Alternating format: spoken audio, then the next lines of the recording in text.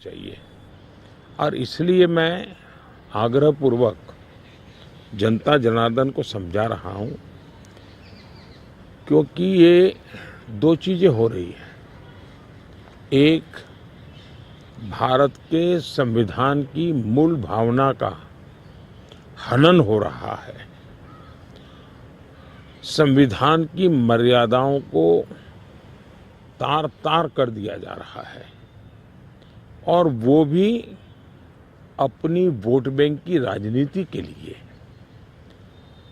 अब मुझे याद है, मैंने हाउस में कभी कांग्रेस के नेताओं को सुना तो वो ये कहते थे कि पीएसयू का प्राइवेटाइजेशन कर रहे हैं आप, तो आप आरक्षण मिटा देना चाहते हैं। अब रियलिटी तो है नहीं, गप्पाजी कर रहे थे। लेकिन मेरे सामने आया कि जो लोग इतने बड़े दलितों के हितैषी अपने आप को कहते हैं, आदिवासियों के हितैषी कहते हैं, वे हकीकत में उनके घोर दुश्मन हैं। इन्होंने रातों रात एजुकेशनल इंस्टीट्यूशंस को माइनॉरिटी इंस्टीट्यूशंस बना दिया। माइनॉरिटी इंस्टीट्यूशन बना दिया तो उन्होंने आरक्षण उसमें खत्म कर दिया। अब उनके अधिकार क्षेत्र में नहीं था, वैसा एक नियम बदल दिया उन्होंने, और यूनिवर्सिटी तक को माइनॉरिटी स्टेटस दे दिया। अब दिल्ली में ही जामिया मिलिया जो यूनिवर्सिटी है, उसको उन्होंने माइनॉरिटी बनाते, उसमें सारे आरक्षण खत्म हो गए। एडमिशन में भी नहीं, नौकरी में भी नहीं। और बाद में तो चीजें उभर करके आई कि करीब करीब 10,000 ऐसे इंस्टीट्यूशंस हैं जिसको इस प्रकार से आरक्षण के जो एससी, एसटी, ओबीसी का अधिकार था, वो पिछले दरवाजे से उसको छीन लिया गया है, संविधान की पीठ में छोड़ा भोंका दिया है। बाबा साहब आम्बेडकर ने जिस सपने से ये व्यवस्था खड़ी की थी, उसको इन्होंने वोट बैंक के लिए गिरवी रख दिया है। तो ये एक चिंताजनक बातें मेरे सामने जब आई, तब मुझे लगा कि मेरा दायित्व बनता है कि मैं देश को अवगत। इतने में इनका मैनिफेस्टो आया। इस मैनिफेस्टो ने और चौंका दिया, और इसलिए मैंने पहला मैनिफेस्टो देखते ही मेरा पहला कमेंट था कि ये मैनिफेस्टो पर मुस्लिम लीग की छवि है। तो 2-3 दिन तो उनको लगा कि इसका जवाब देने की जरूरत नहीं है, ये अपने आप ही बात खत्म हो जाएगी। जब उन्होंने कोई जवाब नहीं दिया तो फिर मैं एक एक चीज खोलने लगा। जैसे इस देश में वो ये कहें कि हम खेलकूद में भी माइनॉरिटी के लिए कोटा फिक्स करेंगे। आज पंजाब के मेरे बच्चे जो खेल जगत के अंदर बहुत अच्छा कर रहे हैं, बंगाल के मेरे नौजवान फुटबॉल में बहुत अच्छा कर रहे हैं, उत्तर प्रदेश के हमारे नौजवान जो एथलेट्स में काफी अच्छा कर रहे हैं, अब वो अपनी जवानी उसमें खपा देते हैं। 10-12 साल की उम्र से लेकर के सोचने तक ये लोग इतना तप करते हैं जी, तपते हैं, शरीर को तपाते हैं। खिलाड़ी ऐसा नहीं बनता है जी। और सुबह रात को नींद नहीं आती, सुबह 4 बजे उठ करके चले जाते हैं। अब कहते हैं नहीं, ये माइनॉरिटी के लिए कोटा होगा, तो ये मेहनत करने वाला मेरा नौजवान जाएगा कहाँ जी? उनका क्या होगा? दूसरा उन्होंने कहा कि देश में अब जो टेंडर होंगे, उस टेंडर में भी वे माइनॉरिटी के लिए आरक्षण करेंगे। मतलब ये हुआ कि आज मान लीजिए कोई कहीं पर बहुत बड़ा महत्वपूर्ण ब्रिज बन रहा है, उस ब्रिज में कौन ब्रिज बनाएगा? तो जिसके पास ट्रैक रिकॉर्ड है, जिसके पास संसाधन है, जिसके पास कैपेबिलिटी है, जो परफॉर्म कर सकता है, सारे उसकी जो रिक्वायरमेंट उसकी पूरी करता है, उसमें कंपटीशन होती है, और कंपटीशन में जो निकलता है उसको टेंडर मिलता है। ये कहते नहीं, ये सब बाद में। अब मुझे बताइए, अगर इसी प्रकार से सिर्फ धर्म के आधार पर कोटा दे देंगे, वो ब्रिज बनेगा, लोग मारे जाएंगे, तो कौन जिम्मेवार होगा? क्या आप वोट बैंक के लिए आप आने वाली पीढ़ियों को भी तबाह करना चाहते हैं? तो ये ऐसे विषय थे जो कांग्रेस ने अपनी वोट बैंक की खातिर मैदान में उतारे। तब मेरा कर्तव्य बनता है कि मैं मेरे दलित भाइयों के अधिकार के लिए लड़ूं, मेरे आदिवासी भाई बहनों के अधिकार के लिए लड़ूं, मेरे ओबीसी पिछड़े भाई बहनों के अधिकार के लिए लड़ूं, और इसलिए मैं लड़ाई लड़ रहा हूं। तो ये जो परसेप्शन बनाया जा रहा है कि आप आए तो बिल्कुल आरक्षण ही खत्म कर देंगे, ये क्या, इस पर क्या बोलेंगे आप? इन्होंने ये पाप कर दिया है, उसके खिलाफ मैं बोल रहा हूं, इसलिए उनको झूठ बोलने के लिए ऐसी चीजें का उपयोग करना पड़ रहा है। अभी कोलकाता हाई कोर्ट का सर एक ऑर्डर आया है जिसमें 2010 के बाद जितने ओबीसी सर्टिफिकेट बन रहे हैं उसको खारिज कर दिया है। दीदी इनके मोडस ऑपरेंडी है कि पहले इन्होंने कानून बना करके माइनॉरिटी को देने का पाप शुरू किया, पहले आंध्र में शुरू किया। सुप्रीम कोर्ट ने तक में वो हार गए, हाई कोर्ट ने उसको रिजेक्ट कर दिया क्योंकि संविधान अलाउ करता नहीं है। तो इन्होंने चालाकी करके पिछले दरवाजे से खेल शुरू किया, और पिछले दरवाजे से खेल शुरू करने के लिए इन लोगों ने रातों रात मुसलमान की सभी जातियों को ओबीसी बना दिया। सभी जातियों को ओबीसी बना करके जो ओबीसी का हक था वो रातों रात डाका डाल दिया, लूट लिया। और इसके खिलाफ चुनाव की सरगर्मी चल रही है। तब हम तो बोल ही रहे थे कि भाई ये हो रहा है, कर्नाटक में हुआ है, मैंने बताया था, हम बंगाल के लिए भी बोल चुके थे। लेकिन जब हाई कोर्ट का जजमेंट आ गया तब ये साफ हो गया कि इतना बड़ा धोखा हो रहा है। लेकिन इससे भी दुर्भाग्य की बात है कि इतना बड़ा वोट बैंक की राजनीति करने के लिए वे अब इनको भी गाली दे रहे हैं, जुडिशरी को गाली दे रहे हैं, न्यायपालिका को गाली दे रहे हैं, और वो यहाँ तक कह रहे हैं कि कुछ भी हो जाए हम कोर्ट की बात मानने वाले नहीं हैं। कि ये जो स्थिति है वो किसी भी हालत में स्वीकार्य नहीं हो सकती है। सर, केजरीवाल जी अभी जब जेल से बाहर आए तो उन्होंने कहा कि प्रधानमंत्री जी ही तय करते हैं कि कौन जेल जाएगा। वो कहते हैं सोरेन को और मुझे उनके इशारे पे जेल में डाला गया। अच्छा होगा ये लोग संविधान पढ़ ले, देश के कानून नियम पढ़ ले, मुझे किसी को कुछ कहने की जरूरत नहीं है। सर, इस बार चुनाव में हम देख रहे हैं कि एक पर्सनल अटैक्स बहुत हो रहे हैं। लाइक आप पर भी कई बातें बोली गई हैं और आपकी तरफ से भी कुछ लोगों को कुछ बोला गया है। तो पर्सनल अटैक्स किस लिए इस बार, आपको लगता नहीं ये शैली नहीं होनी चाहिए चुनावों में? जहाँ तक मोदी का सवाल है, मैं तो पिछले 24 साल से गालियाँ खा करके गाली प्रूफ हो गया हूँ। मौत का सौदागर किसने कहा था? गंदी नाली का कीड़ा किसने कहा था? और मेरे यहाँ तो पार्लियामेंट में एक दिन हमारे एक साथी ने हिसाब लगाया था, 101 गालियाँ गिनाई थी।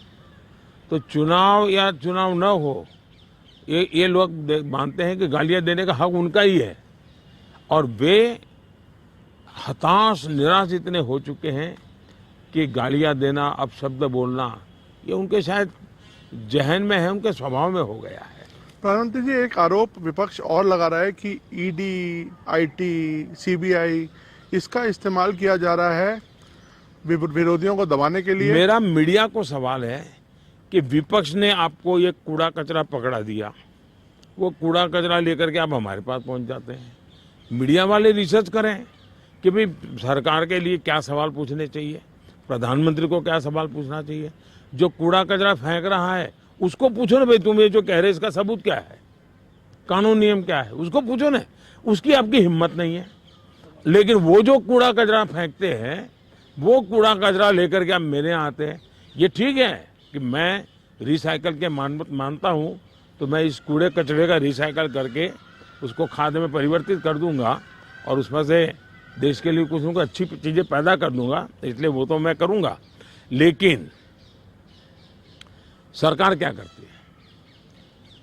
आज गांव के सरपंच को चेकबुक पर सही करने का अधिकार होता है, देश के प्रधानमंत्री को नहीं है।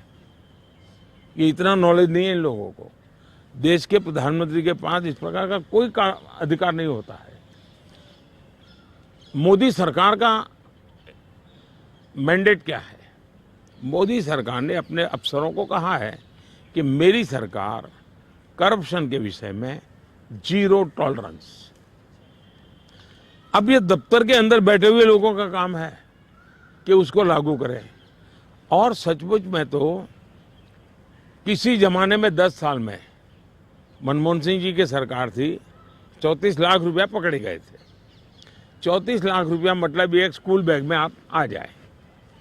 वर्तमान में ईडी ने 10 साल में 2200 करोड़ रुपया पकड़ा है। ये तो टीवी पर दिखता है, ये तो कोई झूठबाजी हो नहीं सकती है। अब जो 2200 करोड़ देश को वापस लाया है, ये उसका सम्मान होना चाहिए, उसको गाली गलौज होना चाहिए। तो गाली गलौज कौन करता है? जिसका पैसा गया है वो गाली गलौज कर रहा है। 2200 करोड़ जिसके जेब में से गया है, जिसने चोरी कर करके इकट्ठा किया था, वो पकड़ा गया, वो चिल्ला रहा है। इसका मतलब ये जो चोर पकड़े जा रहे हैं, इसमें जिसकी भागीदारी होगी वो चिल्लाएगा। मुझे थोड़े से अलग मुद्दे पर आते हैं। कश्मीर में हम इस बार देख रहे हैं रिकॉर्ड वोटिंग हो रही है। ऐसे ऐसे इलाकों में रिकॉर्ड तोड़ वोटिंग हो रही है जहां पर ऐसा सोचा नहीं जा सकता था। इस पर आपका क्या आंकलन है, आप कैसे देखते हैं? पहले तो मैं चाहूंगा कि कश्मीर की जो स्थिति बदली है उसके संदर्भ में सबसे तो पहले मैं मेरे देश के न्याय तंत्र को प्रार्थना करना चाहता हूं कि अगर सरकार किसी काम को करने के लिए, उसका एक डिजाइन होती है, उसकी एक स्ट्रेटेजी होती है।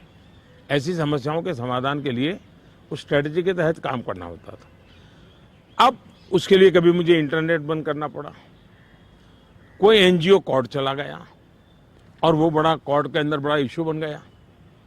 आज समझिए कि भले मैंने कुछ समय के लिए इंटरनेट बंद किया था, लेकिन आज बड़े गर्व के साथ वहाँ के बच्चे कहते हैं कि 5 साल से इंटरनेट बंद नहीं हुआ है।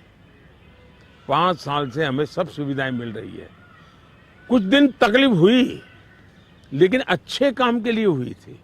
अब वो अदालत के अंदर जब विवादों में चढ़ जाता है, तब चीजें गड़बड़ा जाती है। तो ऐसे जो एनजीओ हैं जिन्होंने अदालतों के भरोसे लड़ाई लड़ना शुरू किया है, एक तो देश को उनसे बचाना बहुत जरूरी है। दूसरा, वहाँ का सामान्य मानवी जब मतदान करता है ना, तब वो सिर्फ किसी को जिताता ऐसा नहीं है जी। मतदान करता है मतलब भारत के संविधान को गले लगाता है। मतदान करता है तब भारत की सरकार बनाने में वो गर्व के साथ भागीदारी करता है। मतदान करता है मतलब कि भारत के सार्वभौमत्व के प्रति अपना समर्पण व्यक्त करता है। दूसरा, उनको विश्वास हुआ कि ये सरकार ऐसी है कि जहां फेयरनेस है, हम भरोसा कर सकते हैं कि ये सही होगा। और जब उसको ये विश्वास हो जाता है कि ये कोई हेरा फेरी नहीं हो रही है, तो वो पक्का वोट करने के लिए उत्साह से आता है। और उसका परिणाम है कि आज मतदान यानी 40-40 साल के रिकॉर्ड टूट चुके हैं। मेरे लिए बहुत सबसे बड़ी संतोष की बात है कि मेरे कश्मीर के मेरे भाई बहन, मेरे परिवारजन उमंग और उत्साह के साथ मतदान के लिए आगे आए। उन्होंने मतदान करके दुनिया को एक मैसेज दे दिया है। जो लोग आशंकाएं करते थे उनको एक मैसेज दे दिया है। सर, ये क्या विंडिकेशन है 370 को जो आपने हटाया, इससे क्या लगता है कि आपका ये विंडिकेशन है कि जिस तरह से अब 370 ये सिर्फ ये 5-4 परिवारों का ही एजेंडा था जी। ये न कश्मीर की जनता का एजेंडा था, न देश के लोगों का एजेंडा था। ये अपने फायदे के लिए ये 370 की ऐसी एक दीवार बना के बैठे थे ताकि कोई झोंक न पाए। और कहते थे 370 हटेगी तो आग लग जाएगी। वो कहते थे 370 हटेगी तो कश्मीर चला जाएगा। आज ये सत्य हो गया कि 370 हटने के बाद ज़्यादा एकता की अनुभूति हो रही है। कश्मीर के लोगों का अपनापन ज़्यादा बढ़ रहा है और इसलिए इसका सीधा परिणाम चुनावों में भी दिखाई देता है। टूरिज्म में दिखाई दे रहा है। G20 समिट वहां होती है, बड़े शान से कश्मीर ने उनका स्वागत किया पूरी दुनिया का। और इसलिए ये कैसे झूठी दीवारें खड़ी कर करके देश को टुकड़ों में देखा गया, इसका ये उदाहरण है और उसको मैंने ध्वस्त किया है। सर, वेल्थ क्रिएटर्स को लेके भी बातचीत, एक नैरेटिव आता है कि कभी राहुल गांधी जी बोलते हैं कि आप कुछ परिवार को आप बढ़ा रहे हैं, अभी आपने हाल में उनको बोला, तो क्या लगता है कि देश में जो वेल्थ क्रिएटर्स हैं उनको ही उन पर राजनीति होनी चाहिए? मैं फिर कहता हूं, जो लोग ये कूड़ा कचरा फेंक रहे हैं उनको पूछो ये तुम कहां से लाए हो, उनसे बात करो भाई। आप उनसे तो कुछ पूछते नहीं हो, और इसलिए मैं समझता हूं कि ये चर्चाएं उनके साथ करें तो ज्यादा अच्छा होगा। सर, उड़ीसा में अभी चुनाव होने हैं अभी हाल में, उधर आपकी देखा जाए तो काफी अच्छे संबंध थे नवीन पटनायक जी के साथ, उन्होंने कई मुद्दों पर आपको सपोर्ट किया। अब आप लोगों का अलायंस नहीं है और आपस में एक दूसरे से लड़ रहे हैं, किस तरह से आप देखते हैं? हिंदुस्तान के सभी राजनीतिक दलों के नेताओं के साथ हमारे संबंध अच्छे ही हैं, और लोकतंत्र में हमारी दुश्मनी नहीं होती है, संबंध अच्छे होने ही चाहिए। अब सवाल ये है कि मैं मेरे संबंधों को संभालूं कि उड़ीसा के भाग्य की चिंता करूं। तब मैंने रास्ता चुना कि मैं उड़ीसा के उज्जवल भविष्य के लिए अपने आप को खपा दूंगा। उसके लिए मेरे संबंधों को मुझे अगर बलि चढ़ाना पड़ेगा तो मैं उड़ीसा की भलाई के लिए बलि चढ़ाऊंगा, और चुनाव के बाद मैं कन्विंस करूंगा हर एक को कि भाई मुझे किसी की दुश्मनी नहीं है। लेकिन 25 साल से उड़ीसा में प्रगति नहीं हो, और सबसे बड़ी चिंता ऐसी है कि कुछ एक ऐसी टोली है जिसने पूरे उड़ीसा की व्यवस्था को कब्जा कर लिया है। ऐसा लगता है पूरी व्यवस्था को बंधक बना दिया है, और जब इतना बंधक बना दिया है तो बहुत स्वाभाविक है कि उड़ीसा अगर उस बंधनों से बाहर आएगा तो उड़ीसा खिलेगा। उड़ीसा की अस्मिता का सवाल है। इतने प्राकृतिक संसाधन है उड़ीसा के पास, एक समृद्ध राज्य के गरीब लोग देख करके दुख होता है। हिंदुस्तान के समृद्ध राज्यों में उड़ीसा है, इतनी प्राकृतिक संपदा है, और हिंदुस्तान के गरीब लोगों के राज्य में भी उड़ीसा है। तो इसके लिए सरकार जिम्मेवार है, और इसलिए उड़ीसा के लोगों को उनका हक मिलना चाहिए, उड़ीसा को उसकी अस्मिता मिलनी चाहिए। उड़ीसा का भाग्य बदलने वाला है, सरकार बदल रही है। मैंने कहा है कि उड़ीसा की वर्तमान सरकार की एक्सपायरी डेट 4 जून है, और 10 जून को बीजेपी का मुख्यमंत्री उड़ीसा में शपथ लेगा।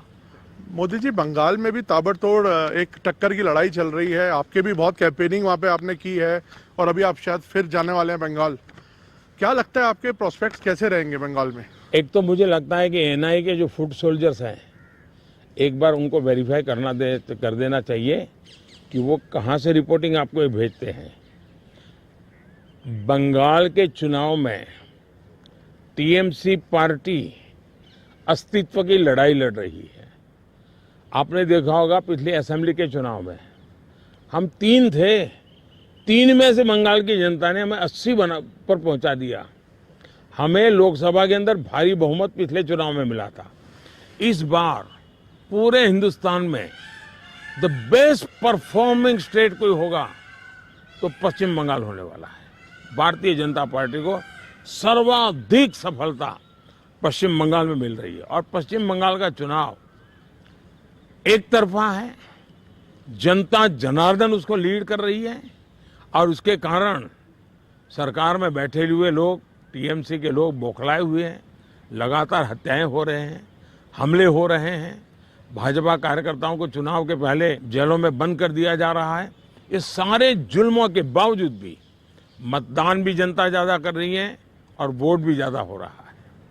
मोदी जी, आपके हिसाब से तो लगभग अब आपका तय है आना, और सबको लगता है ऐसा, ज़्यादातर लोग आपको प्रिडिक्ट कर रहे हैं कि आप वापस आ रहे हैं। तो मोदी 3.0 में ये देश क्या उम्मीदें रखे आपसे, क्या आपकी प्रायोरिटीज होंगी? विकसित भारत।